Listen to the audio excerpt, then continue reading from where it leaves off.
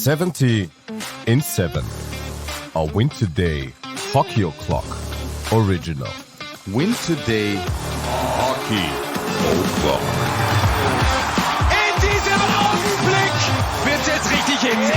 Und die Scheibe kullert über die Linie. Mittendrin stand nur der Ball. Das ist unglaublich, was die hier zelebrieren. Nice move, another nice move. Oh, it's goal! Oh, what a goal! It doesn't get any better than this. Unbelievably so. It's already part number 5 of 70 in 7. The great Hockey O'Clock original series that dissects and depicts the hockey life of the great Greg Holst, player legend, coaching legend. I think a couple of weeks ago I termed you overall legend. First of all, Coach Greg Holst, always a pleasure talking hockey with you, talking about the 5th decade of your being. We're talking about the years 1994 to 2004. Great to have you on the line. Great to have you here on win2day Hockey O'Clock. Oh, Martin, nice to talk to you. And here we go again. And I can honestly tell you, and I know my friends get a kick out of it too, when we hear the word legend, we kind of laugh because, we're just freaking hockey kids from Canada, Montreal.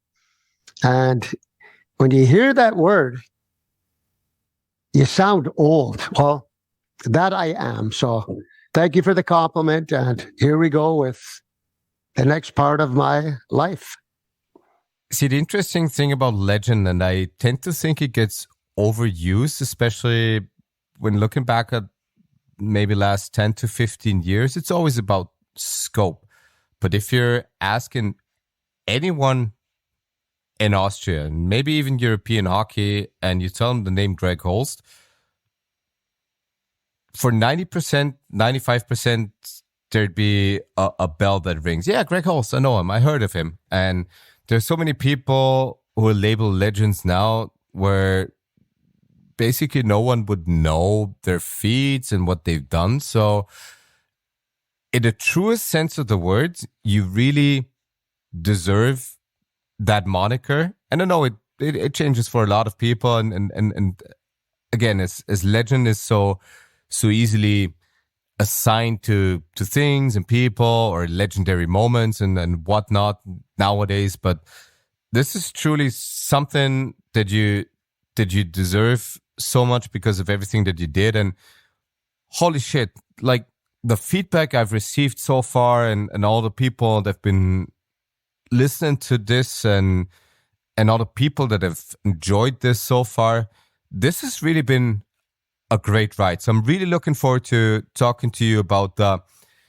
I'd label it twilight, maybe years of your career, right in between of finishing your playing days and going on to an adventure and starting your coaching career.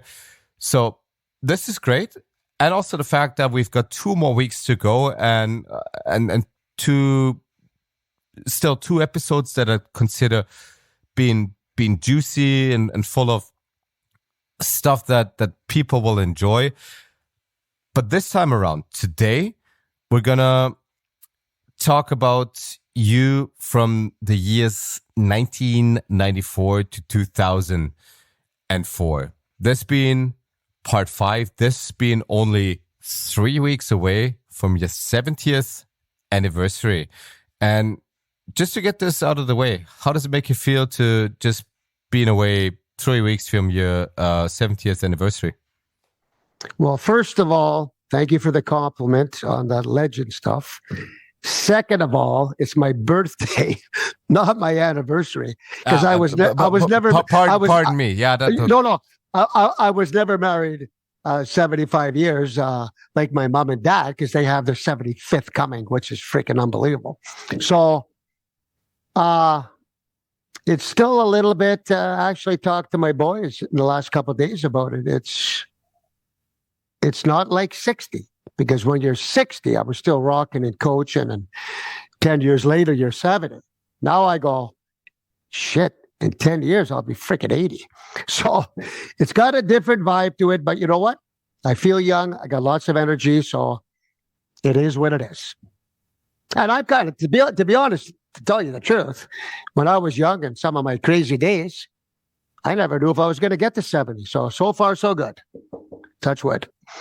See, that tends to happen to the stupid Austrian who didn't grow up having English as his first language. Birthday versus anniversary. There is a difference. It's your 70th birthday that everybody's looking forward to celebrating. That's going to happen in 3 weeks' time. In the meantime, we'll talk about the transition from you and your playing career to you eventually becoming a coach. And we finished last week in the last episode with an emotional statement from your son and family stuff. But you knew, and you told me that your career had come to an end. The grad season kind of made certain of you, or made certain that that this would be the last kind of days and months seeing you perform for the Austrian fans that are grown to like you or hate you, whatever way. And you said you were happy to get out of the game relatively healthy. We'll get to you trying to return to playing the game, but after calling it a career, what was the general sentiment of what you would be doing with the rest of your life? Well, as you know, in that December, we went to Sanibel Island, Florida for 6 months, where we had been going every year. So we spent 6 months there into July. And it's interesting because Mike went to school there, Taylor went to kindergarten. Because it wasn't a 3 to 4 month stint where we went the last 5 or 6 years, where I trained to go back to play, going there for 6 months with the possibility of living there was not as enjoyable as what we had done before. So we still had a good time, but this was okay. What are we going to do when the kids are done school? Where are we going to live? It was not going to be Montreal. It was going to be Western Canada somewhere. We didn't know where. Vancouver became too expensive. We explored that. We ended up in Kelowna by accident, which I had never heard about Kelowna. That's where we ended up. I can tell you quickly how that transpired, if you like. Shoot, I mean, that's a thing. How you end up in a place that you never heard of. You grew up in Eastern Canada, in Montreal. You could have just as well ended up in Winnipeg, always, even though no one apparently likes to be in Winnipeg outside of people who grew up in Winnipeg. But as Vancouver wasn't really an option, why Kelowna? Well, Satch and Shelley were living in Vancouver, I think Port Coquitlam. And Mom and Dad actually came out, their big truck. They were looking around out west too, maybe to move west, a change of life. And Satch was doing a hockey program, and he was having a hockey school at Logan Lake, which is up around the Merritt area. It's about 4 hours, 3.5 hours from Vancouver. So I'm working the hockey school. Christine and the kids were there. Mom and Dad went over exploring, went over the connector and found a city called Peachland, which I had never heard. Well, I said, it's got to be a lot of peaches, I guess. So they came back and said, hey, you got to see this place. So myself, Christine at the time, we drove with my parents over the connector and we pull into see this Okanagan Lake. So Peachland is just south of Kelowna. And we went, wow. We had already explored Vancouver, North Vancouver, but it was very expensive. So what's the next option? We found this, we looked, and we said, what do you think? That's how we got to Kelowna. We rented in our first year, and we were on the lookout, see how we like it. And eventually we did buy a house, but that's a story will come up in a bit. And that's how we ended up in Kelowna. Just to get this out of our way, are there peaches in Peachland? Yes, there is. And you know who moved to Peachland and lived there for about 15 years? My parents. So they did buy a place right up above the water. And we were down the road, 15, 20 minutes, still on the west side, which is West Kelowna, on this side of the bridge. We were on Parkinson Avenue. I remember the house. We rented it. We had a great time. The kids had a great time, a great school. Actually, a beautiful area to live in. It was a great start to being back in Canada. But there was only one problem. What am I going to do? I played hockey my whole life, and I'm almost 40 years old. We'll get to that in a bit. And if people listen to this program and have never been to Canada and maybe the Kelowna area on the Okanagan Lake, Kelowna, a junior hockey hotbed. Like if you look at the Kelowna Rockets alumni over the last couple of decades, it's incredible what kind of output this program still has. It's located, situated at a great lake. Landscape seems to be perfect, so a really nice place to settle in, maybe not settle down, but as your playing career had come to an end at that time, and all the people who retire from pro sports always keep referring to, I'm missing the boys, I'm missing the locker room, I'm missing the bus rides, I'm missing the many little instances of being a pro hockey player. What did you miss? Did you miss anything after having moved back to Canada from your playing days? Well, let me just say this. I knew a couple guys, George, Massoud, I think maybe one other guy, and they were playing with all the pro guys and some of the normal guys once a week, once or twice a week, like a Tuesday night, say at 8:30. They play an hour and a half. I have all the beers after. That was the dressing room. So I got hooked up in this pretty quick. So that was a little bit of a savior for me. But no, I wasn't. What do you miss? I actually missed the dressing room and the practices, which sounds funny, but I didn't miss the games. A lot of guys miss the games and not the practices. I missed the dressing room and the games. But I got to tell you a quick story. So I'm 40 years old, almost 40, and I'm starting to play with these old-timer guys, ex-NHL players, ex-junior players, and a bunch of normal guys. It's a good group. So I get out there, one of my first nights, and I'd still play, obviously, and I'm scoring some goals, deking and diving. Not much was said. I talked to a couple of my buddies, but we go in the dressing room. We have a big tub of beer. So you take 3 beers for $5. So I took my 3 beer, my 3 cans, I line them up, and I shower quick. Some guys sit there in their gear. Some guys take their time. I like to get changed, cowboy boots on, my jeans jacket on, my jeans. That's when I start to drink my beer. So I'm ready to go. I crack open the can, my first can of beer. Guys are looking at me, but not really. I have in my jean jacket a salt shaker. So now I take out the salt shaker and I sprinkle a little bit in my beer. Now the guys are looking over a little bit and going, a little bit of a buzz, like, what's he doing? Okay, that's not the best part. So I have a couple slugs. And then in my other pocket, I had the little blue container, Prise, the snuff tobacco, the snuff. I take it out. I put a little of that brown stuff on my hand, and I snort it up, and it's like menthol. I went, whoa, now it is what is going on. Who the hell are you? What the hell are you doing?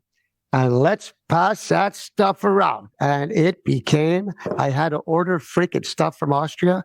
This became so funny. True story. What a start. But if you could back it up and play, that's what we talked about. I still was flying. Now you got salt and this tobacco. The guys just had a great time with that story. Jesus, snuff, tobacco, whatever it is labeled. My grandfather used to do that a lot, and it seems so far away because you hardly ever see people doing that nowadays. But help me bridge the gap a little bit from you finishing your career or your pro hockey playing days and you knowing, okay, there has to be some kind of income to pay the bills, and you starting giving private hockey lessons. How did that all come about? Okay, so I checked where I knew a couple of kids through a couple of connections. I think it might have been Kim Gellard and I think my guys were too young then. Mike was probably too young. So I'm trying to remember exactly. So I rented ice. I found some in Rutland, which is, there's 2 rinks, but I rented from 6 to 8. And I would do like an hour, 2 hours of just skill with kids. And I started with 5 or 6 kids. And it went really well because I could teach skill and skating and stuff, but more the stick handling and all that kind of stuff. And I did that a couple of weeks. And then I had about 8 kids. And then I had 10 kids. And before you know it, after a couple of months, I had 20 kids. So word got around quick that I was doing something interesting with the kids, and everybody loves hockey. They're looking for a new voice, something new. And that's how I started. So at the start, I was losing money paying for the ice, but eventually I started making a few bucks, nothing major, not a whole lot to live on, but I started something. But you know what's funny, Martin? I was doing this and I was done at 8:00. So if I had somebody on helping me, which sometimes I did, sometimes not, I slipped down to McDonald's or Tim Hortons and have a coffee at 8:30 in the morning. So my work day's over. So what am I going to do now all day? So I would go back over to the west side where we were living.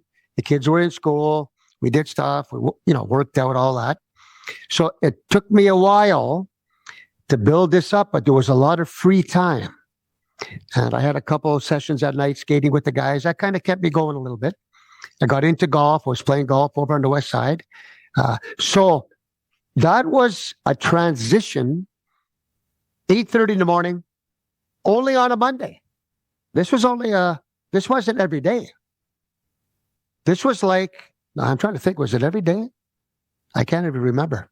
It was 1 or 2 days a week that I did this. So I had a lot of free time, but that's how I started to get a connection to the kids, which the next year led into something else, which we will talk about.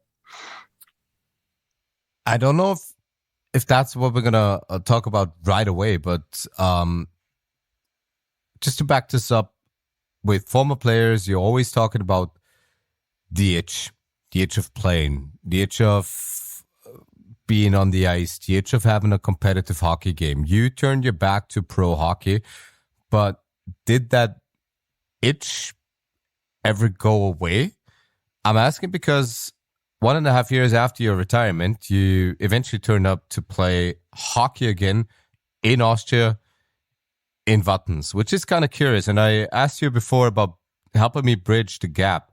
How did it come that you returned to play hockey in Tyrol, where you became the Greg Holst and playing hockey in Wattens, not pro hockey anymore, or at the very least not from the outside looking in? How did that develop? That you were kind of trying to return onto the ice?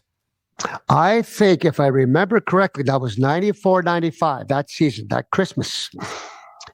I believe we went over for the Christmas break and stayed for a month or 6 weeks. It was something like that. So that is just playing in the third league. And I do have a story on that because you know my history with Innsbruck and some of the players and some of the management, whether it's jealousy, the Tiroler Night, or whatever you want to call it. And they didn't treat Mike, my son, very well. Taylor just never wanted to be a part of that ever again. So I'm not going to get into that too much, but I'll just tell you something. So I played maybe 4 or 5 games in the third league, and it wasn't that freaking simple. But we're playing at home against Silts. Silts has all the Innsbruck players, all for the first league, all those guys, the guys that I really think don't love me. So they are the first place team. They're heavily favorite. We had over 1,000 fans jammed into that Battens rink. So you think I was a little bit motivated at age 41 or 40 or 41? I don't think so. Well, I was. So Really? Okay. That's a surprise. We upset this team 7-6. And I got 6 goals. And it was fabulous. They did not like it, but that's the way it goes. So I still had it. I remember that so clearly. Just because. Did you ever get any offers upon that? You were still in your early 40s. If you look at the likes of Chris Chelios and Dominik Kajek and Jagomir Jager, who all played or are still playing into the late 40s and early 50s, did you ever think about, you know what, maybe there is still a full-time return onto the ice in me? When we talked about in the last podcast we had, Martin, when I stopped playing in Graz, for me to want to play longer into maybe 40, maybe 41, you got to have the right coach. It's 100% important. The guys are important, obviously. We had a good bunch of guys. You have to have the right coach who knows how to handle the ice time, the situations, keeping it fun, keeping it exciting. That was not the case, and that's one of the big reasons that I stopped. Well, we're still trying on this part of 70-7, the great hockey life of Greg Holst that we're trying to dissect over, or that we've already dissected over the past couple of weeks, and that we're trying to dissect over the next couple of weeks, is how you eventually got into coaching. You had that private lessons gig. You had kids that turn up, and even more kids that started to turn up for what you did. But at what point did you think, okay, coaching could indeed be my career after my career? Well, I also work with Satch a little bit with his hockey stuff, and I think I coached a couple of traveling teams a little bit. But what happened, word got around because of my morning stuff, and I knew now Eli Voracek, I knew George, I knew a couple guys.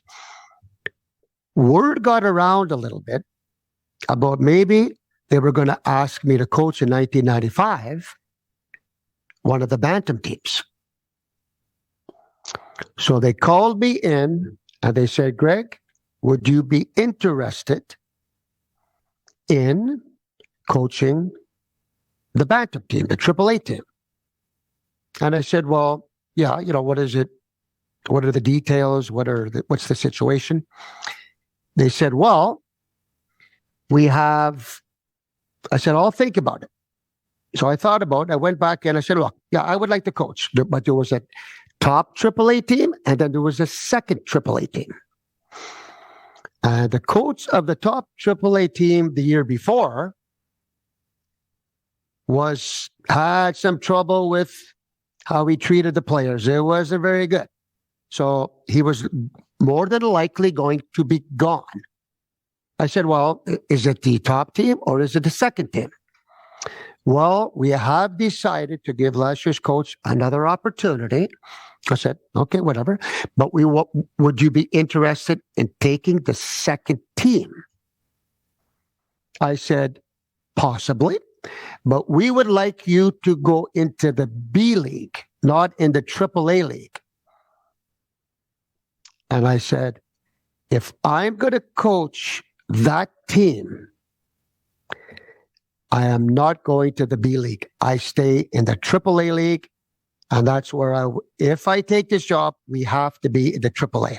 I'm not interested in winning the B. I'm interested in these kids getting developed, and it'll be freaking tough. They didn't like that. I said, okay, well, you guys think about it. They talked about it, got back to me, and they said, yes. That's how I started coaching my first real team.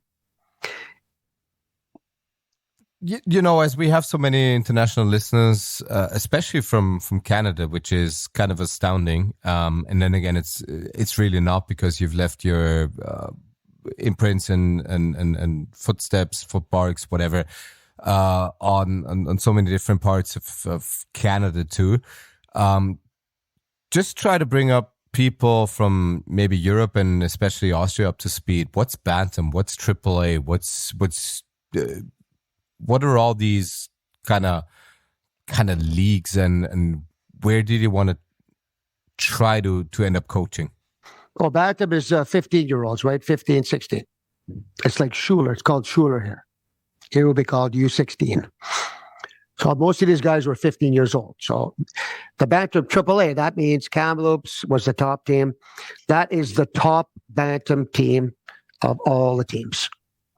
Then you go AA. So they wanted me to go to AA, right? Which was kind of like B, which is the teams are not as strong. They'd be smaller communities. Then you have Bantam A, which is even lower. Then you have House League, which is the lowest league where kids just want to play, have some fun. So Martin, I talked to the parents. I had Brad Campo, a good buddy of mine. Actually, we talked a couple of days ago because a good friend of ours did pass away. Glenn Cochran, very, very sad. And Paul Mitchell, whose son was the goalie, he's a top lawyer in Kelowna. He became my manager. We had a great time. And Brad, we became buddies. He was my assistant coach. And I think Bobby Boone, another guy, helped out. But Brad was one of my key assistants and goalie coach, Paul Mitchell. So we had a meeting with the parents. And I said, listen, leave the players to us. Nobody's going to come in yelling at me, screaming. Look, if you have a question, give it 24 hours. Come see me. I want you guys to travel with us, have your wines and your beers, have some fun. But I'm going to tell you, this is going to be tough. We're in a tough league, and we're going to have to work. My team was the Bad News Bears. This is freaking unbelievable. And I had a great bunch of guys, and to this day, I know a bunch of them. So anyway, I'll just move ahead quickly. The parents said, okay, Greg, we're going to let you run with this. Game 1 in Kamloops against the top team. Final score, 16-0. We lost. But here's what's interesting. After the first period, it was 1-0. They had a young coach, pretty cocky, as I found out after the second. We come off the ice. At the end of the second, we're down 8-0. So now, their players were all standing on the boards on the ice because we have to go off first. They turn their sticks upside down. Being cocky, they're going to play with their sticks upside down now. Okay, so we get into the dressing room. And a couple of those kids made a couple comments, whatever. So my guys, my Bad News Bears are sitting there, white as ghosts, half of them. And their room was only a few meters from ours. And their young coach come walking down the thing, and I said something to him. I said, hey, You know what your guys are saying? They turned their sticks upside down, and they're making a few comments. You know, my guys are trying. He tied into me. He said, we could have blown you out in the first freaking period. I said, really? I said, I had some choice words. We were nose to nose, and it was loud. And so it was loud, nose to nose, and we were going at it, not physically, just verbally. And I knew my players heard this because I wanted them to hear it. I walked in the room. It was so quiet. These guys were freaking. I said, guys, it doesn't matter. Hey, so they saw I'm sticking up for these guys. We went out. We lost 16-0. Parents came out. Boom. Hey, guys, it's all part of the process. So let me run something happened here quick. About a month later, Eric Lindros, this is a very sad story. Eric Lindros' nephew, I believe it was his nephew. He was 15. I think he had a heart attack and something happened. He died. So the next time we had a card sent up to those guys right away, you know, because this is a tragic story. I don't care about face-to-face with the coach. This is a tragic story. But right away, we showed respect. We sent a card. And you know what, Martin? My guys worked their butt off. And a month and a half or 2 months later, we played them in Kelowna. And we lost 5-3. And their coach came up to me and said, you know, thank you very much for the, you know, it almost puts a tear in my eye now about with Lindros. And you guys are coming a long way and good job. So credit to my kids for working the rear ends off. A few of those guys, Kenny McGowan, he was one of the top players in Germany for a couple of years. And he was going to sign, I feel like, the year I stopped coaching. I feel like Kenny McGowan, Stocksy, Sukbal, the big Indian fella, he still has a big farm in his family. Greg, come up anytime, pick grapes. I still have contact with some of these guys. So that was my first coaching experience. So I'll just finish off the season. Here I am coaching. We move up from kind of last place to about 5th place. So that's a good step. And we went into the tournaments, into the AA tournaments where we kind of belong. But because we played AAA, we got better and we won the AA tournaments. So this was the development part I was talking about. We wouldn't have won those tournaments without playing in the top league.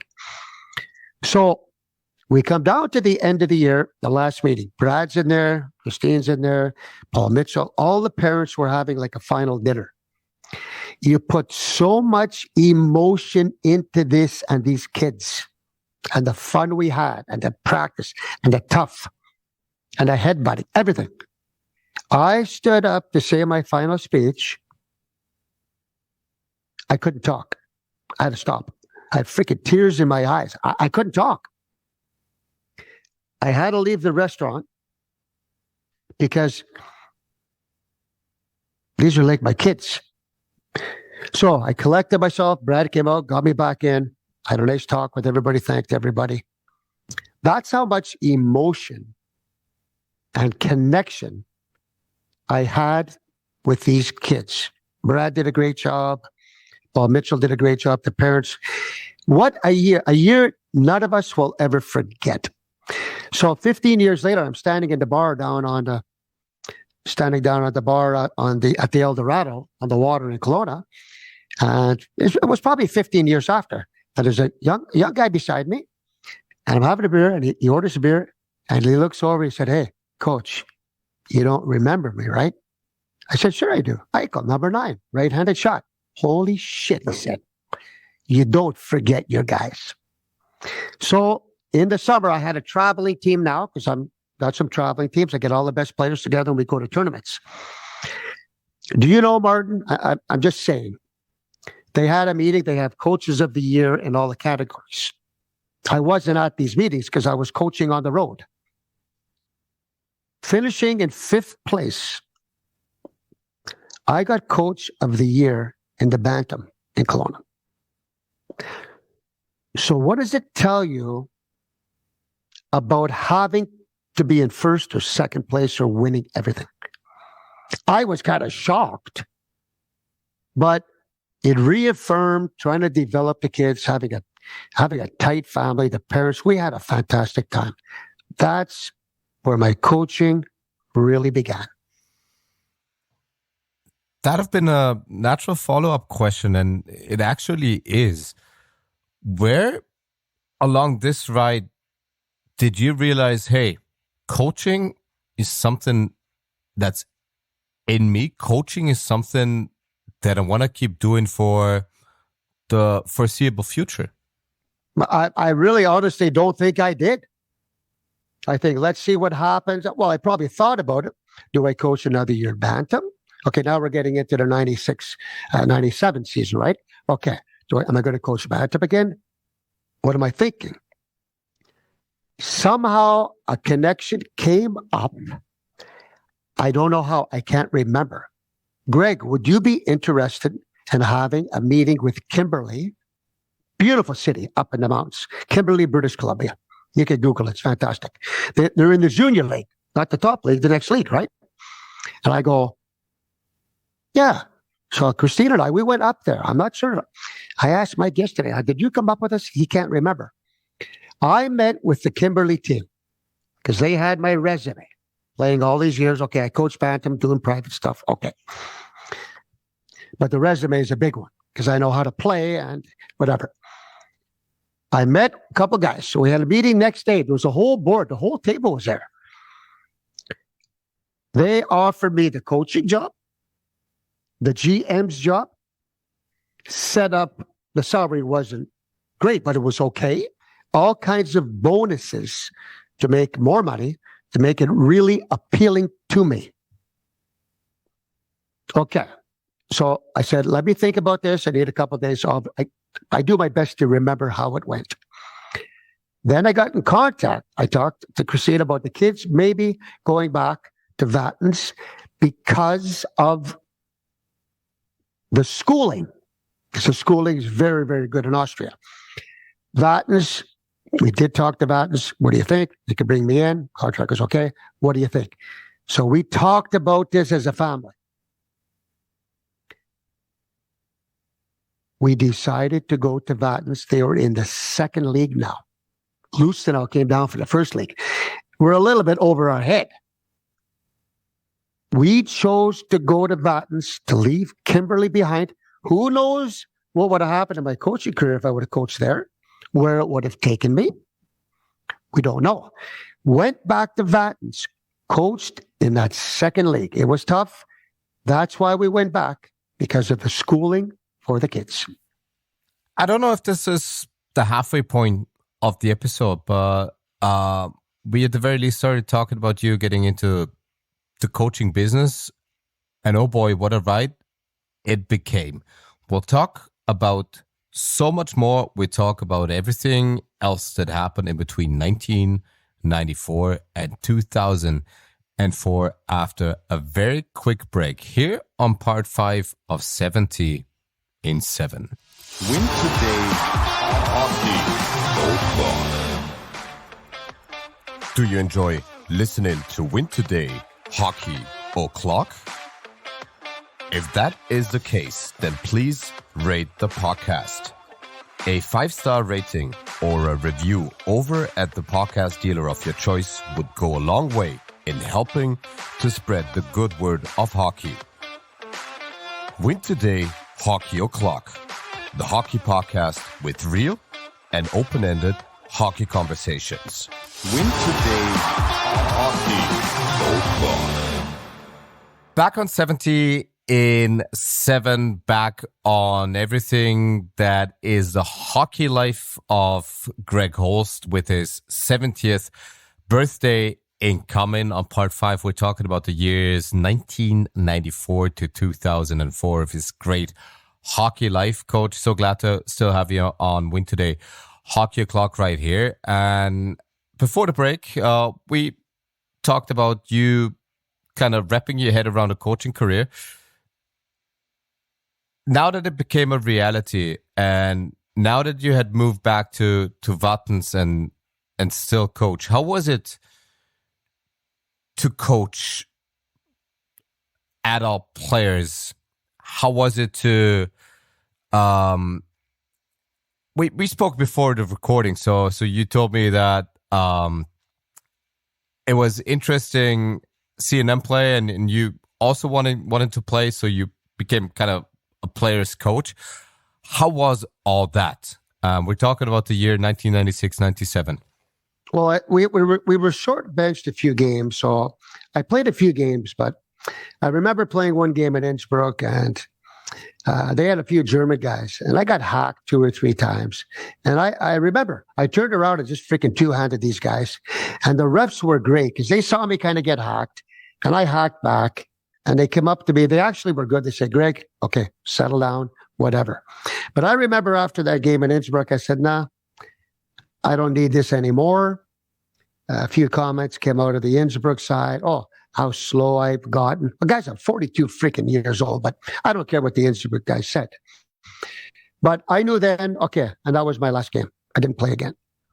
But coaching the man, like we had 3 imports. Ole Hicks, who's still over there. He's working now in Stutzing. He coached in Wattens. He ran the St. Polten Academy for years. That's how his career started. So we had 3 guys and 2 Canadians. And you know what those 3 guys made for contracts in the second league? For the season, 60,000 shillings. And they had That's an not a apartment. lot. No. They had an apartment. They got flown over.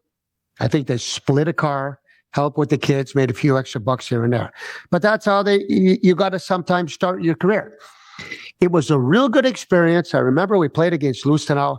I think Ray Podlovsky was even playing. They had good. They're coming out of the first league. We hung in there pretty good. So our guys, and we had maybe 8 guys or 9 guys from Wattens playing in the second league.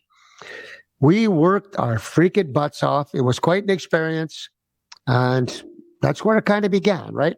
But after that season, I knew I wasn't going to come back to Wattens. I didn't know what I was going to do. So until I got a phone call.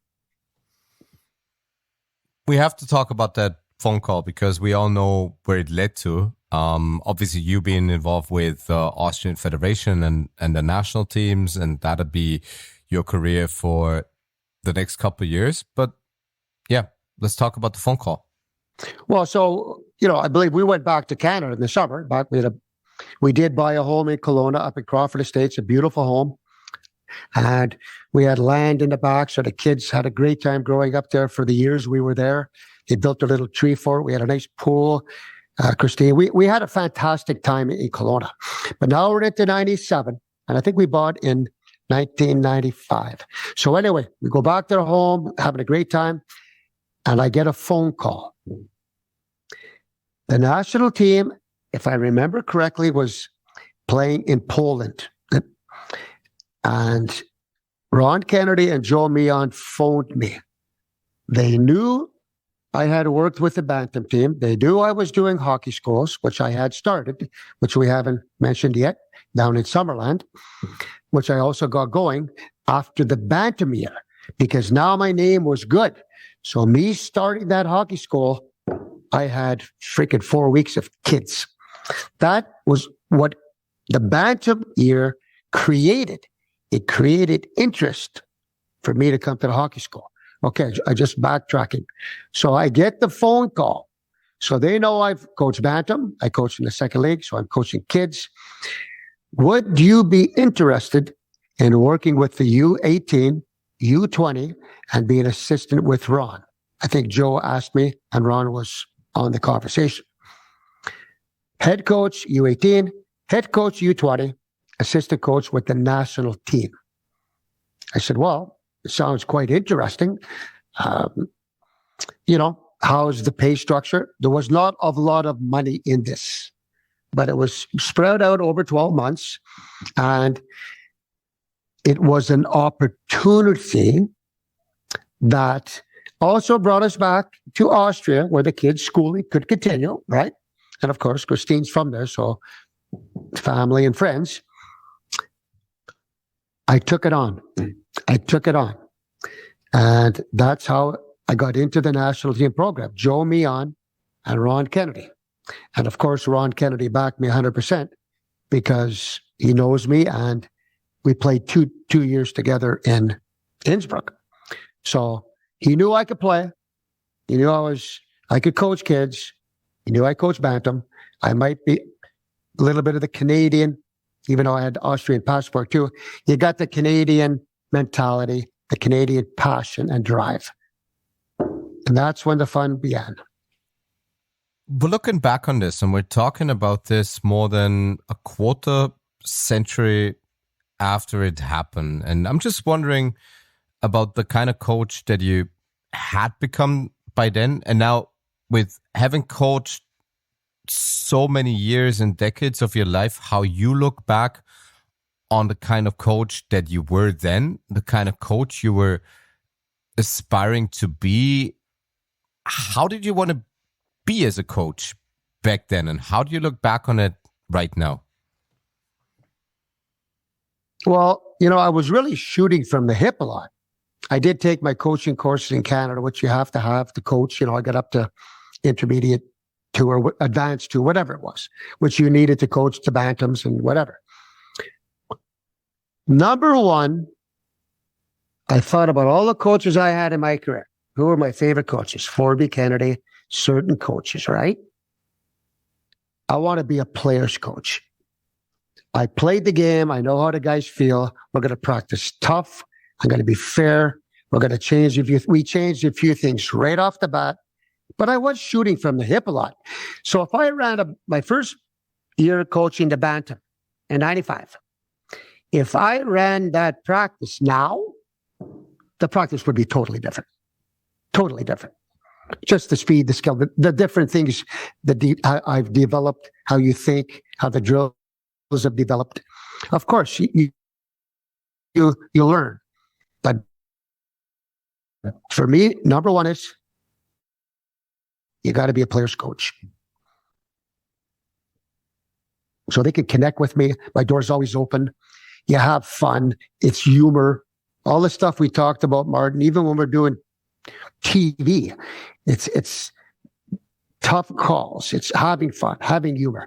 It's all the same. It's what kind of team do you have in the TV? What kind of team do you have in every job in the bank? It's all about teams. So we got a hockey team now. You have to treat all the guys equally. Do you know what the first thing I changed with the U18 national team? Because the first time I went to a tournament with these guys, I was shocked. They're good players. How they turned up their dress code. We had guys come to sandals and jean shorts. Like I'm going, we're playing like an international tournament, like a floor tournament, Slovenia, Hungary, whatever. The guys came in jeans, cut off jeans. Through this tournament, guys, we're going to have some new rules. So we got through that one, and we sat down and we set up some rules. Our dress code changed. We are now coming, especially, we had to be respectable for the tournaments that were those 3 or 4 tournaments we had, but we're going to the World Championships. I don't care if it's CB pool. We're wearing suits, shirts and ties. We're going to look freaking professional. And you know what? The guys freaking loved it. They felt good. They felt classy. They felt like NHL players. They absolutely bought into it, and they loved it. And we sat and had meetings, all the stuff. Okay, write everything down, guys, on the board. What is in our control? What's not in our control? Okay, the weather, the ice, the refs. What can we control? How do we want to play? What about body language? We had these kind of meetings. I was just learning as we went along. But the guys bought in. We had a lot of really good players through the 7 years I did this, Martin. So many great players came through the program. And I just helped them. I had some good assistant coaches, and what a time, but what a learning experience. And then, of course, I go to the A National Pool with Ron Kennedy and Joe and Dieter Carlton, everybody, and Dr. Bachler. Man, I just coached freaking in the second league in that. Now I'm assistant coach in the A pool in the World Championships. It goes fast. But the stepping stone was U18, U20, national team. It just all worked. And we know how good Ron was. And one of the players on those junior national teams, one of your longest standing friendships as of right now is with Marcus Pfanner. He used to be a player on one of those teams, and he, of course, is looking back on those times too, and he brought along a great story, a great couple of stories. I'd like you to listen in with me to this, and for all the international listeners and non-German speakers, this will be kind of translated so that you get the gist of it afterwards. But this is Marcus Pfanner, former Austrian national team player, former player under Greg Holst when he coached the junior national teams. And he puts on some perspective on all the things that happened and the kind of coach you were. We're going to listen into it and then we're going to talk about it. Hallo Martin, über den Holst gibt es natürlich sehr viele Geschichten, sehr viele schöne Geschichten und schöne Erfahrungen von meiner Seite. Ich durfte ihn schon relativ früh kennenlernen. In meinem zweiten Jahr in der U18 habe ich das Glück gehabt, dass er mich schon für die U20, für die Nationalmannschaft nominiert hat. Und man hat da gleich gemerkt, in meinem zweiten Jahr im U20-Team, dass unterm Holst ein ganz anderer Wind weht. Ihm waren die Werte in der Kabine, beim Essen, beim gemeinsamen Auftreten vom Nationalteam extrem wichtig. Er wollte Pünktlichkeit haben, er wollte klare Regeln, die Spieler umsetzen. Er war dort da schon relativ weit vom Coaching her. Er hat dort, weiß ich noch ganz genau, mit einem Pre-Game-Skate angefangen. Das heißt, am Spieltag haben wir in der Früh kein lockeres Warm-up gehabt oder vielleicht einen Spaziergang, sondern wir sind aufs Eis gegangen. Wir haben ganz normales Training gemacht. Das war zwar kurz, aber sehr intensiv. Nicht nur mit Schussübungen, sondern er ist sofort in Zweikämpfe gegangen. Er wollte, dass wir nicht nur körperlich, sondern mental auch bereit sind für intensive Partien am Abend. Es hat es damals im Jahr 97, 98 noch gar nicht gegeben in den Nationalteams. Das hat er eingeführt und bis zum heutigen Tage wird das natürlich gemacht. Er war dort schon sehr interessant in der Nominierung der Teams, der Spieler, weil er damals schon nicht die besten Spieler unbedingt genommen hat, sondern er wollte die richtigen Spieler haben. Der Charakter war ihm extrem wichtig, weil er gewusst hat, das ist ein langes Turnier. Es wird viele Ups und Downs geben und da kann er keinen Spieler haben mit schlechtem Charakter, die vielleicht eine schlechte Stimmung eingebracht haben. Deswegen hat er bewusst auch manchmal sehr, sehr gute Spieler daheim lassen und hat Roleplayers, die für uns extrem wichtig waren, weil sie Energie gebracht haben, weil sie in Unterzahl gut waren. Solche Spieler hat er mitgenommen.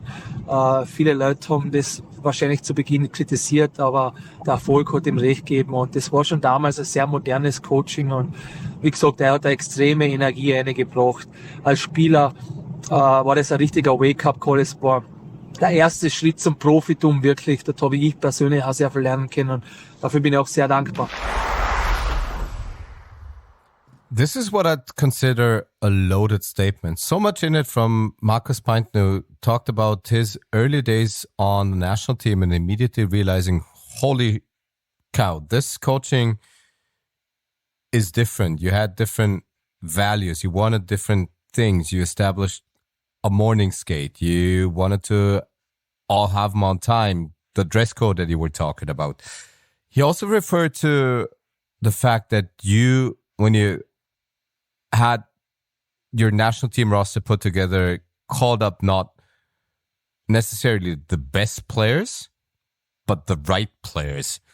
And he said with you kind of being a trailblazer and way ahead of your time as a coach, at the very least compared to a lot of Austrian coaches, the energy that you brought to the table was unlike any other. Now, looking back on everything that happened, how fair of an assessment from Marcus Pfanner is it compared to what indeed went down?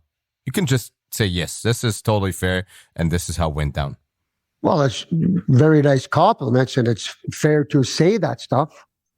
But it was my energy and my passion for the game But those are just things that I knew in my mind, the skate, the bone, the body language. We talk to the kids to this day, and we talk to these players then, the importance of good manners.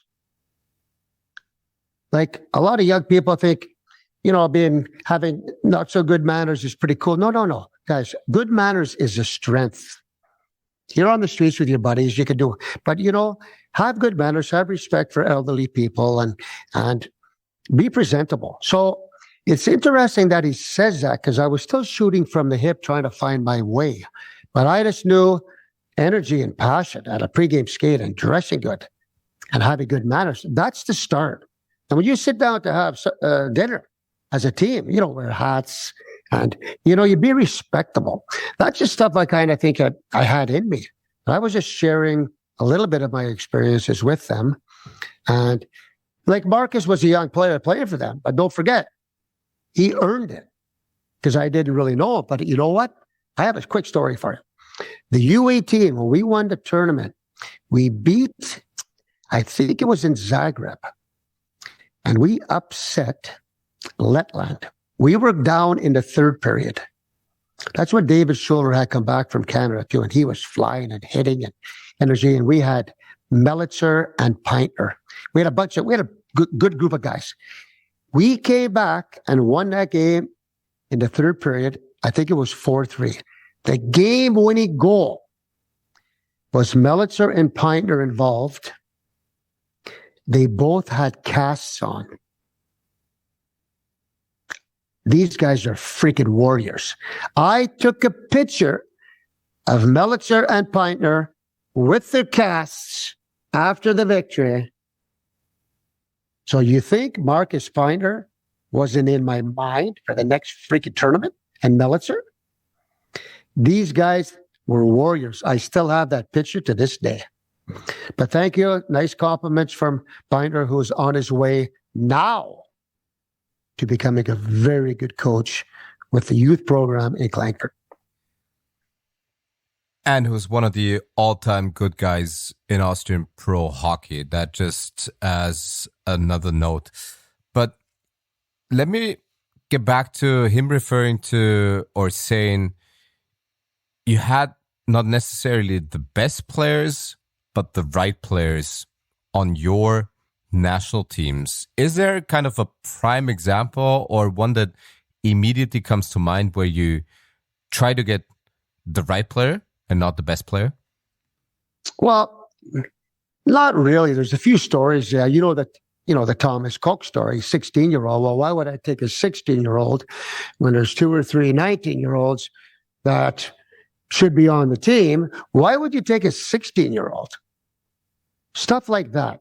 Well, when he talks about character, did I make all the right moves? Yeah, probably not always. And you're always going to have critics. It's just the way it is. So, for example, when I didn't take Thomas Cook because it was a present, and it's not because I didn't like those other guys. This freaking kid had something special. I could freaking see it. And we took him to Nagano, Japan, and you know the story. I kicked him off. He got 4 goals in that tournament, and, my gut feeling on him was right. A couple other times, I think I mentioned in the past, like good guy, it's not personal. But if you're two 19-year-olds are sitting down with the team, and I'm not there because I'm with Ron with the national team for 2 days, and 2 19-year-olds get up, leave the hotel because the food's no good, and go to a restaurant downtown and have a pizza, you think they're going to buy into the team when we're ups and downs? So, it's hard calls. You can't babysit a national team. And, like I said, I'm shooting from the hip. We're rolling with this. And you try to make the right calls for the right reasons. I didn't always make the right calls, but I appreciate Marcus, who's a very good friend of mine to this day. I appreciate his nice comments. And we all think back to those times.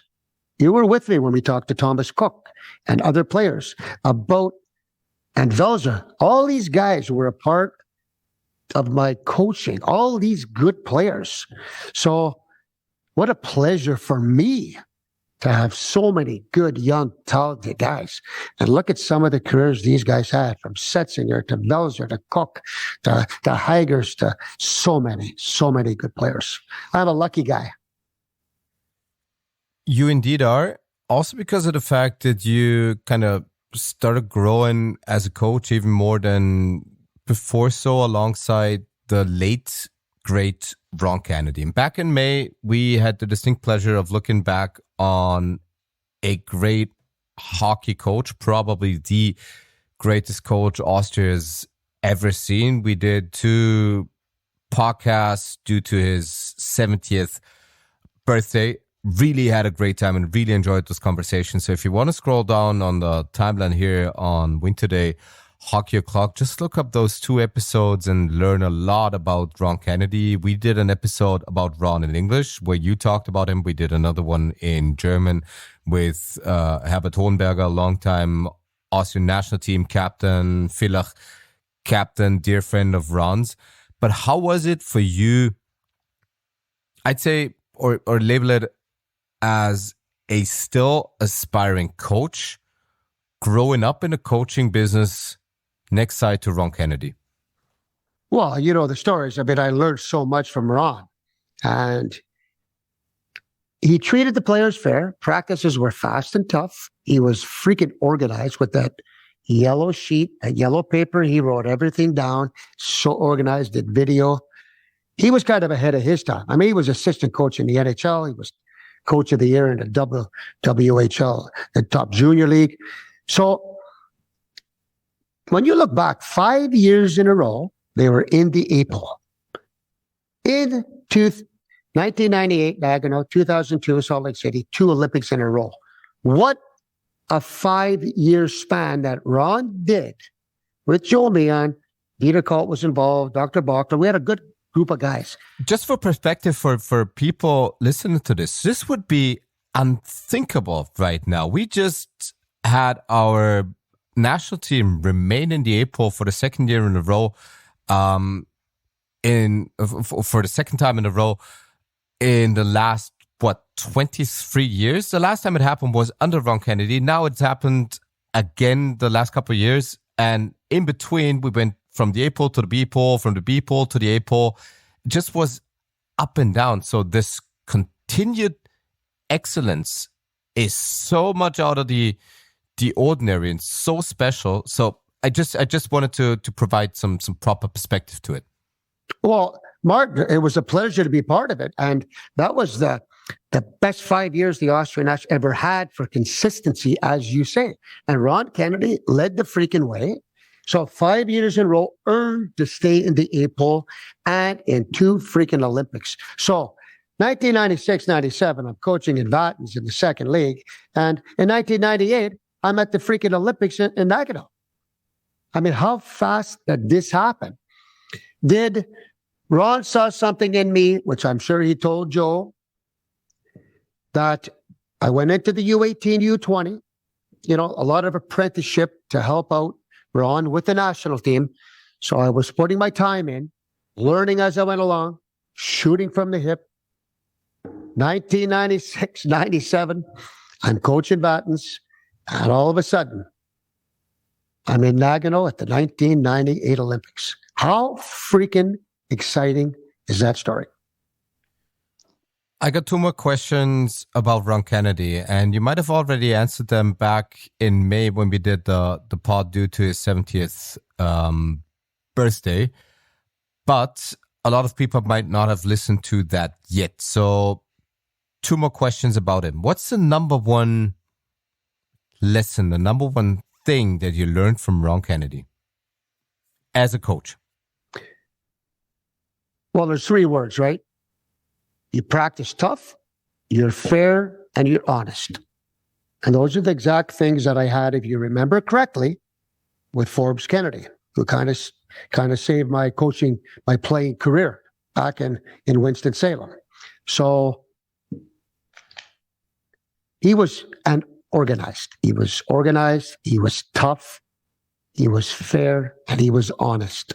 Now, you circle those four, and you played the game, you're going to be successful.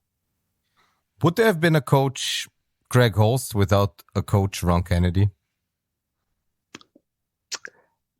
Where I would have gone after the 96-97 season in Vatens, we went back to Canada in the summer.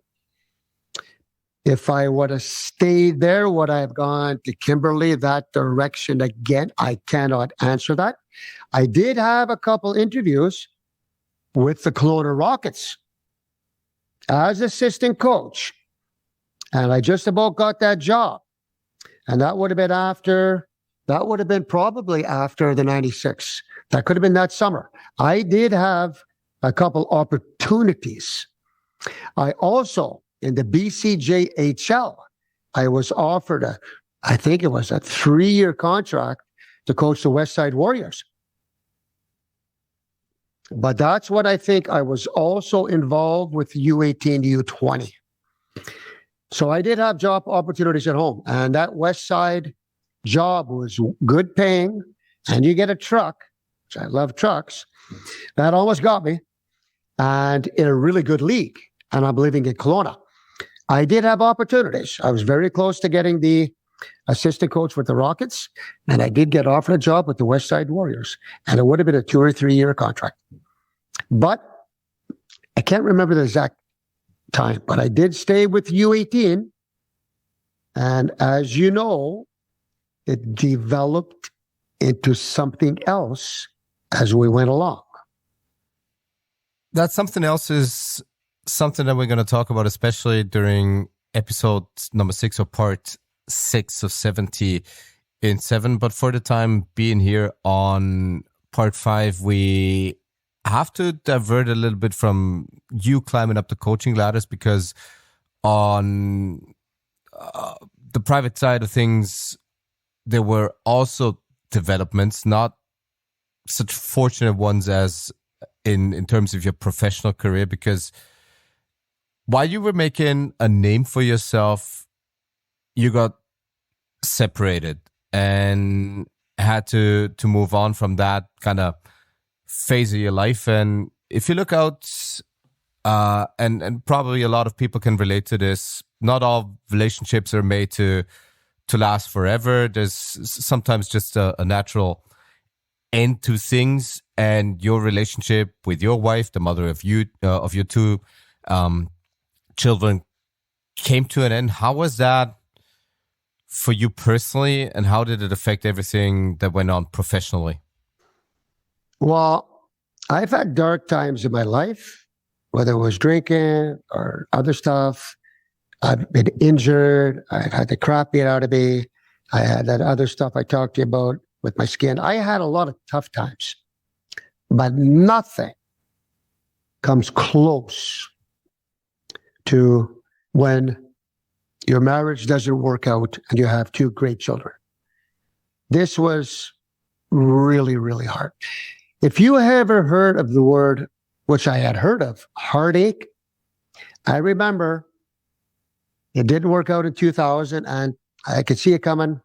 I can't even say that word, what happened, because it's a word that I hate. But I'm going to say, when I drop the boys off and I go to the apartment that I got after, and they're looking at me like, this is my best buddies. Like, it was so freaking painful. And I know it was so hard for them. But I would drive back to my apartment and freaking tears. I get in the apartment. I had my chest. I had freaking pain. And that pain was heartache. I've broken up with girls before and stuff. Nothing compared to the pain I had in my chest like this situation. And of course, it was from the breakup, but it was because of Mike and Taylor. It was freaking killing me. But just like in life, just like in sports, you lose, you get beat up. What do you have to do? You got to find a way to stand tall. I talked to my boys about it right away. Obviously, very tough conversation. But when I was with those kids, I was positive. I was upbeat. Then when I'd be on my own, I was having a hard time. But I had to find a way. And then I did go to these tournaments. So they kind of kept me going, U18, U20. And every chance I had, I stuck around for 2 years. I was with Mike Taylor as much as I could, took him to practice, picked them at school. They come over. We played ball hockey, basketball, all the stuff Mike had mentioned every second I could. There was no schedule for when Christine would have them or when I would have them. It was open. I could get them when I wanted. There was no problem there. So that was all great. But I'm also going to tell you, I'm very thankful for the job Christine did when the kids were very young and how she worked with them with the schooling, how she cooked and how we traveled. So I have to really think now after the fact. I try to think of the good times that we had, and my kids are okay now. I know we were all upset at the time. I wish Christine all the best to this day. I see her every now and then. It was the darkest, hardest time in my life. But what do you do with it? You got to stand up. You look it in the eye. You don't have a choice. So it's just like in hockey. When you're losing, you're going to get beat up. They're going to fire you. What do? You crawl under the table, or do you stand up and you fight? So I had to find a way.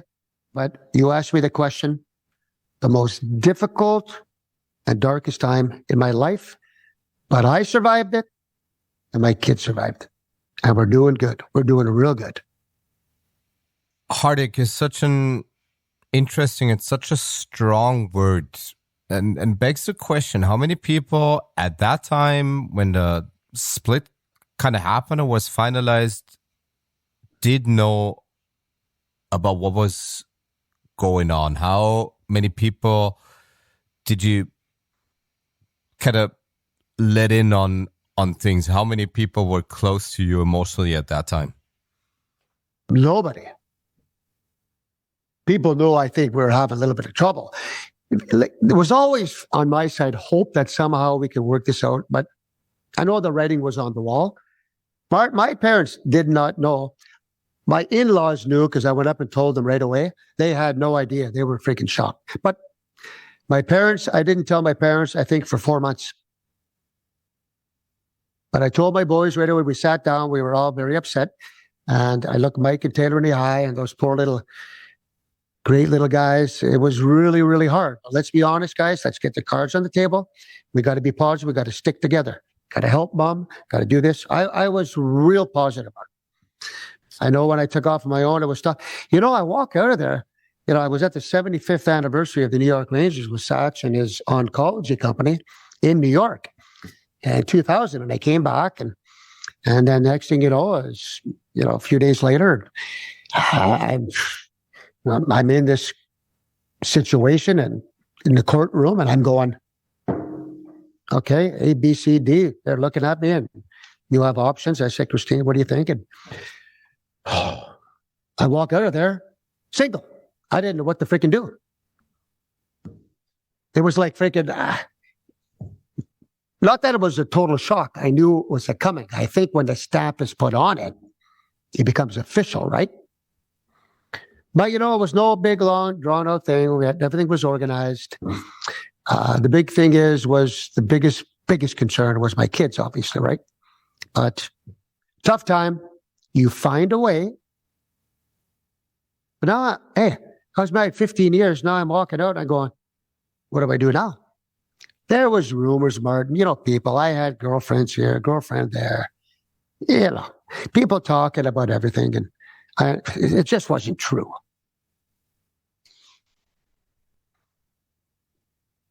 I know we're off the hockey part, but you asked me because I think it toughened me up even more, because what happens in coaching can be pretty cruel. The people, the press, the stuff, the winning, the losing. And it's a different type of pain, but you got to stand up and fight for yourself, right? And we found a way, but we're all doing good now. See, I'm really glad that you're opening up on that side of things too, because I'm a firm believer in what kind of shapes you off the ice, shapes you to a certain degree in terms of all the on ice stuff too, and so many difficult things are happening to so many different people. And my just be one of the life lessons people are taking away from this podcast and this series, especially that the life obviously goes on even after dark hours and dark times, as you labeled it. So I want to get to the bright side, or back to the bright side of things again, and something that I always wanted to talk to you about, and that I don't even know because I think we never talked about it. But you were, as a coach, part of 2 Olympics. You coached at the 1998 Nagano Olympics, and you coached at the 2002 Salt Lake City Olympics for the Austrian national team. What's your favorite memory? And there's only one possibility and one thing that you're allowed to mention right now. But what's your favorite memory of those 2 Olympic experiences? Okay. Before I talk about that, can I just add something to the story we just talked about, which I think is important for anybody listening?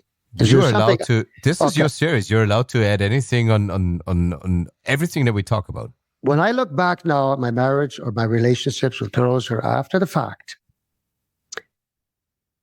you look back and you go, there's so many things you could have maybe done a little bit differently, right? I know coaching in hockey too, but in your personal life. And when something doesn't work out, doesn't matter about the percentage, 50-50, 60-40. It takes 2 people to make something work, and it takes 2 people to make something not work. It's never 100% to 0. It might be 70-30, it might be 60-40, 50-50. If I could, communication, man, really being mature. It's not flight and run and hide. And it's looking problems in the eye, communicating, being mature. That's how we learn. I see it so different now years later because it's experience. So it takes 2 to make something work. It takes 2 to make something not work. And communication, boy, so valuable to anybody out there that's listening. Sit down, talk it out, find a way. And now we go to the bright side of talking about the Olympics, right? Because I survived this. And now I've already been to one Olympics, and now I'm going to another one. I would say, don't forget, Martin, in 1984, I walked into the stadium with Ron Kennedy and the Austrian team in the Sarajevo Olympics. Walking in there, this is freaking amazing. Me and Ron then walked right up to the flame. That was in 84. But now we're kind of more in the modern times, getting to Japan, Nagano, Japan, Olympics. How freaking exciting is this? Tell me all about it. How exciting is it being at the Olympics? And Sarajevo, if you look at those Olympics right now, and if you are in Sarajevo, most of the arenas and most of the places where events took place are kind of ruins right now, like literally. But how was it to be a coach at, I hate that term, but quote unquote proper Olympics in Japan, in the US? Well, I'll tell you something is amazing. You walk, like I said, 96, 97, I'm in coaching that in second league, doing the U18 or following up the U18 next year. And now 1998, I'm at the Olympics. Walking into the village is so exciting. And me and Ron spent a lot of time together. Obviously, I was assistant coach, but we went to events. We went to have a beer. We did a whole bunch of stuff together. So what an experience. And you walk into the village, right? So now you go to have breakfast or lunch or supper in the village, in the big cafeteria. Well, there's Gretzky and the boys. I could go sit right over there where they are. There's the top skiers. Where's Herman Meyer? And Gretzky goes like, hey, this is Greg Holst, isn't it? Well, you know, it's funny. You walk into the Olympics, right? And you walk in and they have fish and they have steaks. And who do you think is standing right there when you walk in? Big, tall man. Ronald McDonald. McDonald's right there, because all the athletes, when they're done, they like to have a burger and fries. But just seeing all the athletes and getting some autographs, I got a really funny autograph for Taylor. It was from Eric Lindros. He was great. He's a big dude, eh? And Eric Lindros was Taylor's favorite player. So I had a couple pictures of Eric, and I said, Eric, I'm with the Austrian team. But, oh, how you doing, Greg? Would you mind signing this for my son, Taylor? You're his favorite player. It's his birthday coming up. Oh, no problem. So he signed one normal, and then he signed one. Happy birthday, Taylor. Yeah, best wishes, Eric Lindros. So I went back, and for Taylor's birthday, I gave him that. His freaking eyes lit up. And you know what he said to me? He said, Dad, where did you buy that? So it was so cute. And Taylor was just a little fella, right? So a great story. And that was his favorite player. The guys were really so nice, though. I go to work out, too, with Ron. We go in the little gym. We work out. And who's standing over there beside me? Eiserman. He's talking to this guy. There's top players. There's Joe Sakic. He's going to have a workout. They're all good guys. That's something you just notice. Like, they're just great hockey players.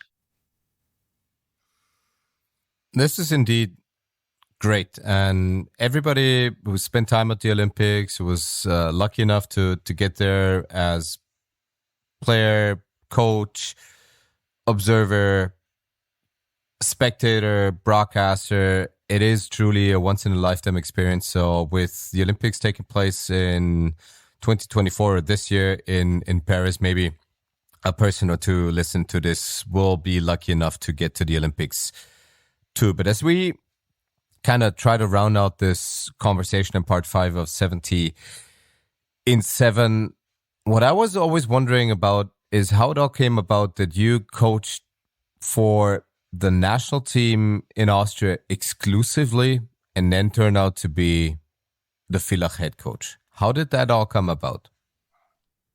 Okay, so it came to the point, it was 2002, 2003 season. That was my first year. It came up, Selamse was in last place. They had called me if I was interested in coaching Selamse.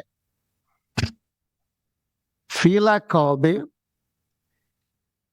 I understand Ron put a bug in Joe's ear to give Greg a chance because this could work out. He's done a good job with the U18 to U20. Don't forget, U8 to U20. That's junior, right? And assistant coach with the national team is assistant coach.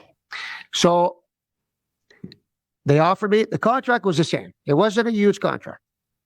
But both teams, finances were tough. Villach and Sell back then. So I have to make a choice.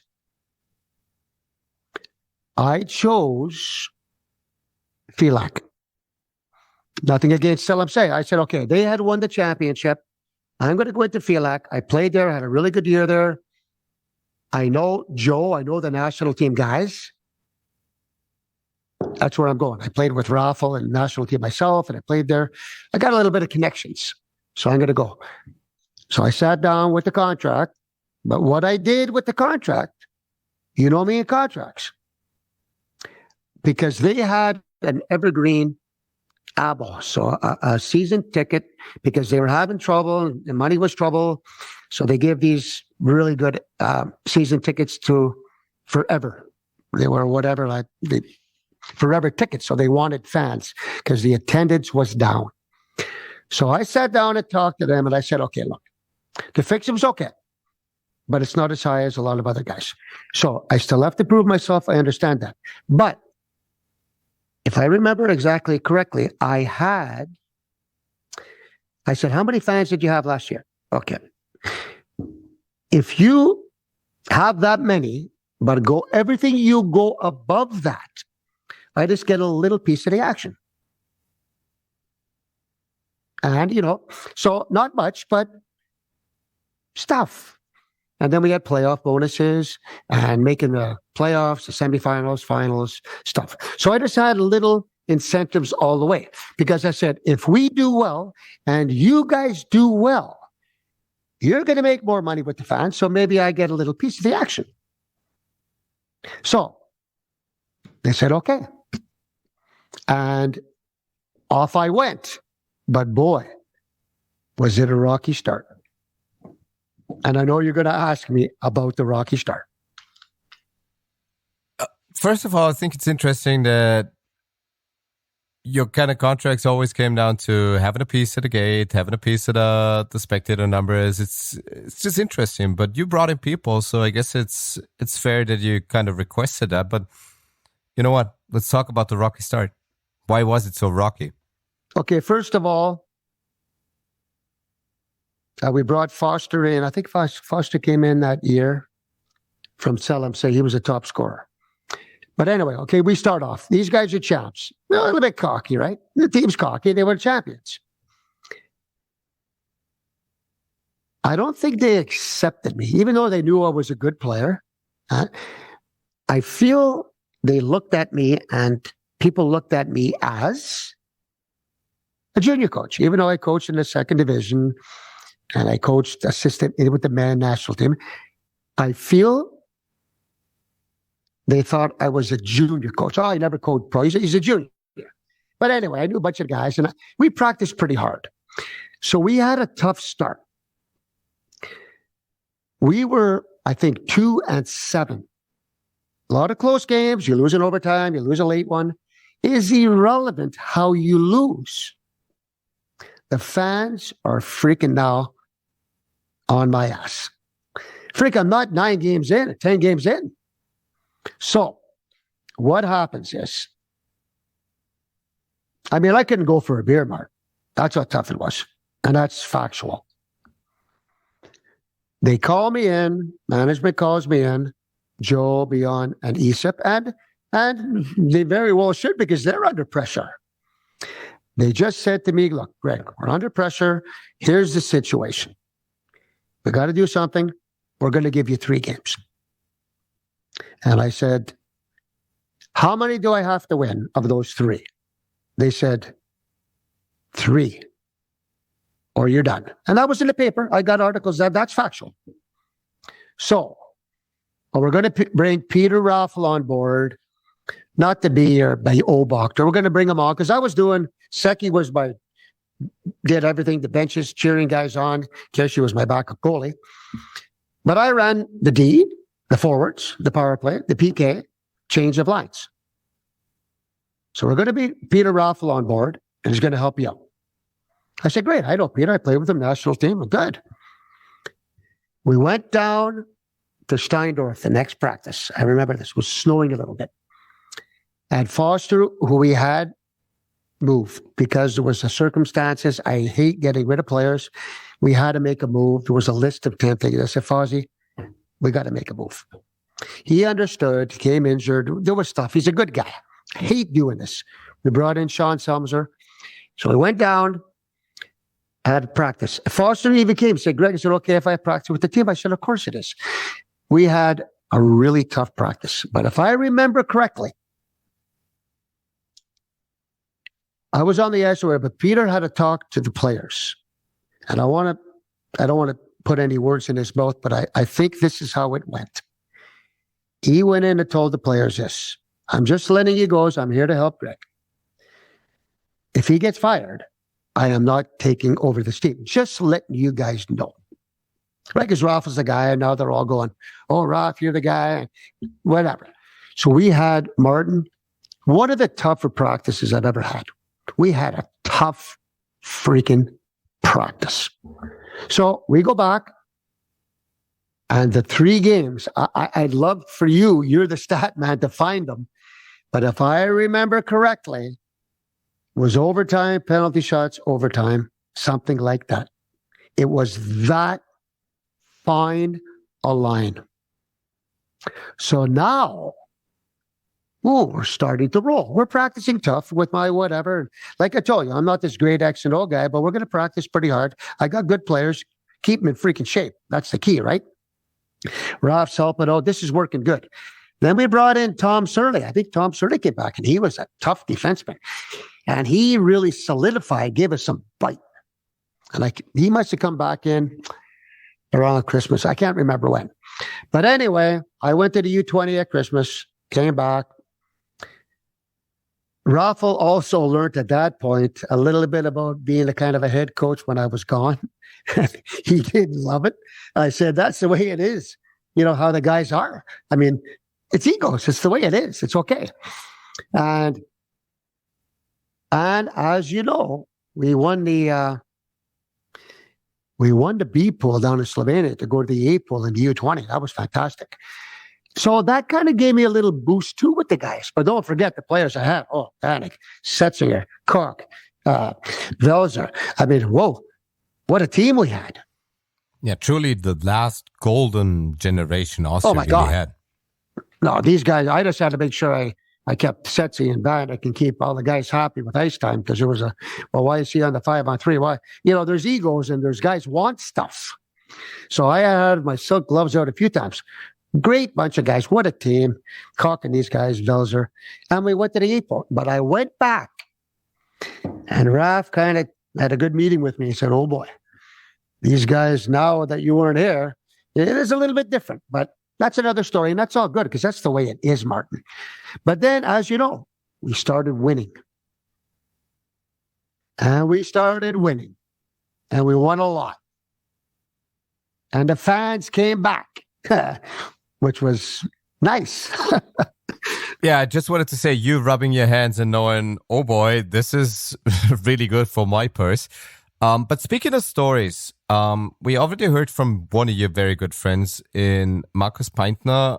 I want to use this opportunity to hear from another one, because I, of course, asked Markus Kerschbaumer how those early weeks and months under Greg Holst were for players. He's a former goaltender. He's now he's the best goalie coach that Austria has seen. He's working for Red Bull Salzburg.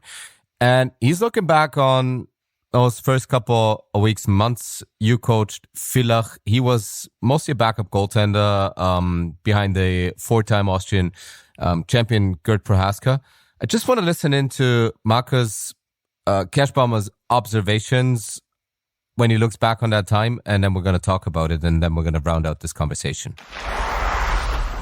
Unser Start war vielleicht nicht der beste, wenn ich ganz ehrlich bin, weil als der Craig in der Saison 2002, 2003 als Headcoach bestätigt worden ist, war seine erste Aussage, er will ein offensives, attraktives Eishockey spielen und ihm ist lieber, wenn wir das Spiel 7-6 gewinnen als 2-1. Da haben natürlich beim Gerd Prohaska und bei mir sofort die Alarmglocken geläutet, weil wir gesagt haben, wir waren voriges Jahr die defensiv beste Mannschaft in der Liga, wir haben wenig Chancen zugelassen und jetzt kommt jemand und will das komplett umdrehen, mit dem waren wir gar nicht einverstanden.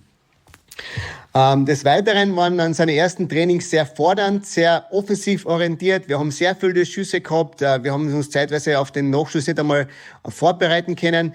Was wir aber Jahre zuvor immer so gemacht haben und gelernt haben von François Allaire, weil seine Camps haben wir ja immer besucht und er hat uns beigebracht, die wichtigste Arbeit ist nicht beim Schuss, sondern die passiert vorm Schuss und das haben wir natürlich nicht machen können.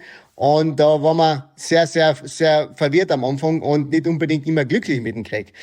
Eines Tages hat der Craig dann beschlossen, dass wir am Ende des Trainings einen Backskate machen. Die ganze Mannschaft ist in die Ecken gefahren und der Gerd und ich sind wir im Tor geblieben, weil wir auch von François Allaire gelehrt bekommen haben, dass wir uns im Torraum flüssig und dynamisch bewegen müssen und vor allem auch kontrolliert. Und wir beginnen da mit unseren Crease-Movements und plötzlich schießt der Craig her und hat gefragt, was wir da tun. Also Eislaufen. Nein, das ist kein Eislaufen. Wir müssen runter zur Mannschaft, dann müssen wir alle gemeinsam mit der Mannschaft Eislaufen und mit dem waren wir überhaupt nicht einverstanden, weil auf der einen Seite sagt uns der François Allaire, wir müssen den Tor Eislaufen und dann müssen wir unsere Bewegungen kontrollieren. Auf der anderen Seite kommt dann der Headcoach daher, der das offensive Spiel forciert und sagt, wir müssen da mit Eislaufen. Und ich weiß, die Story sieht der Greg ein bisschen anders, weil er sagt immer, wir wollten nicht Eislaufen, das stimmt so nicht ganz, sondern wir wollten schon Eislaufen, aber eigentlich unsere Damen-spezifischen Sachen. This is great. because it covers so many different aspects. And Marcus Kerschbaumer took us back to around the time where you became a head coach and how different practices were. And that you apparently said right around becoming a head coach that you'd rather win a game 7-6 than be in a low scoring affair. And all the alarms went off with the goaltenders and the team that had the best defense the year prior. And then he talked a little bit about practice and how you made him participate in all the drills and really skate hard and work hard, whereas they had learned from the great François Allaire, whose goalie camps they had visited, how to properly have a goalie practice. How much, and he said you might differ on some things that he just mentioned. How much of that, what Marcus Kerschbaumer said, was accurate? How much would you like to differ? Well, I had forgotten about that offensive part because that is very true. But you know what happened today? And I'm pretty honest. Let me have it from Kerschbaumer. I talked to him today and I said, Marcus, you know what? You were the top 5 goalie. Austria. He took a second and he kind of laughed. So Mark, I think I got to stick with that after that. Freaking no, he is the best. He's the best goalie coach that Austria's ever had. Fantastic. Hey, and he put the truth down how he saw this. And now that he mentions that, I remember saying that. Hey, the fans, they'd love 7-6, not 2-1. So right away, my ideas was the wrong way of thinking, right? Even though U18, U20 were wrong, we're defensive and all that. But I said, hey, let's just go after this and score. We need fans. We have no fans. The fans are way down. Offense will probably get the again. I don't know if I thought like that, but the skating part is true because you know what? When in the NHL, I watched Hasek and I watched Patrick Wall, and I have videos of it. They used to love skating with the guys at the end when they did the lines because they want to be first. How go? Of course, you have to do your goalie stuff. That I believed in that the goalies, I still do it with the kids. I don't know if they all love it, but the goalies like it because they get used to it, but they still do all their stuff. I understand his point. We did headbutt. I headbutt with Praska, as you know, because I believed him. But I thought it was important for maybe not the whole skate, but a part of that skate. It's not a bag skate. It's like 8 or 10 minutes of skating. The goalie's up and down. I think it's part of the team. And I remember watching Hasek. He hated it when he lost. But he's right. I was thinking too offensive. Did I change my way of thinking after those 3 games? You're freaking right, I did. And you know my thoughts on now, how I am. Scoring 3 goals. Getting 2 against. So you see how my whole mindset. But what he said is very accurate. I want to round this indeed out with not a real spoiler alert. The first season you coached an adult pro hockey team in 02-03 eventually came to an end with a finals loss. You had a rocky start to the year. You eventually came to grips with the job and what it took to be successful. You string together wins, you got into the playoffs, you won 2 series in the quarters and the semis. You even won the first game in the finals. Back then, best of 5, lost the next 3 to an up-and-coming Linz team. And we're going to talk about that rivalry for a little bit on the next episode of 17-7. But how do you look back as a whole on that first year as a head coach in the Austrian League and on that finals loss? Well, a total learning experience, right? But winning the U20 to go to the 8 pool, that was a highlight. Surviving, almost getting fired. Not being able to go for 2 months for a freaking beer. And you know what, Martin? After that practice in Steindorf, remember when we had our first practice when they gave me the 3 games? We came out after practice. We're driving back to Fielak from Steindorf. It's snowing a little bit. And I'm driving with Raffle. And the windshield wipers, he goes, Greg, what's on your window? I said, I don't know. It's a big square thing, a pretty good size. I pull over the car. I bring it in. It's plastic laminated. I have this. And on this plastic laminated, one side is Ryan Foster. Top scorer, great guy, other side, Holst, coach, 2-7. He's a flop. He's a bum.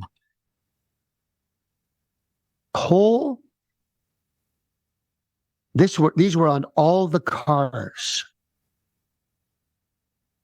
So then you go back and squeak 3 games out. And they weren't high-scoring games, just letting you know, because I remember. And now all of a sudden you find your way. You make the playoffs. You win the first. I think the second round was best of 5. If I remember correctly, Kurt Howard was coach of Vienna. We won game 5. Nothing, with a late goal from Sean Sumser, the guy that we brought in when we made a move. And then went to the finals. Yeah, we lost in 6. I think we lost in 6. Yeah, we lost at home in game 6. Really close to the end. We kind of had a bad change, a turnover, something jumped in. That's why this change, you tell the kids nowadays the importance of coming off hard. Something did happen there, not on purpose, but player was coming off. It was a tight game. I think it was tied. Player's coming off outside. I want to say a name, but he's coming off slowly. So our next player couldn't jump on. There was a quick turnover in the neutral zone. They attacked. Herbie didn't have time to get set because it happened so fast because we couldn't get that extra player on. And I think Eunice walked in, made a move, scored, and that became the winning goal. But what an experience. Okay. Do I have a contract for the next year? No. I always did 1-year contracts. I had a 1-year contract. So now we make the finals. And now lots of fans. And now I have to, am I coming back or not? And let's try it all again. And you know what? We'll be getting to that stage of your career, to that phase after the year. As it stands, in 2003, there was a finals loss against Linz. There would eventually be some kind of redemption, but there would also be a lot of heartbreak. And this time around, this is going to be our cliffhanger. I do know that we didn't necessarily hit the year 2004 yet, the year where you turned 50, but there's no better way to round this conversation out but just saying thank you for taking, again, almost 2 hours out of your valued time and talking about the 5th decade of your being. We've got 2 more episodes to go. I'm so much looking forward to it. Thank you so much for doing this, Coach. Already looking forward to hearing you next week right here on win2day Hockey O'Clock. Martin, my pleasure, and I can't wait to beat Karasbomber on the golf course. And we will talk next week. The next one is pretty exciting too. And if I may add, just before we walk out of here, he said, what did you really learn? And you learn every year, defense wins. It's not offense. win2day Hockey O'Clock.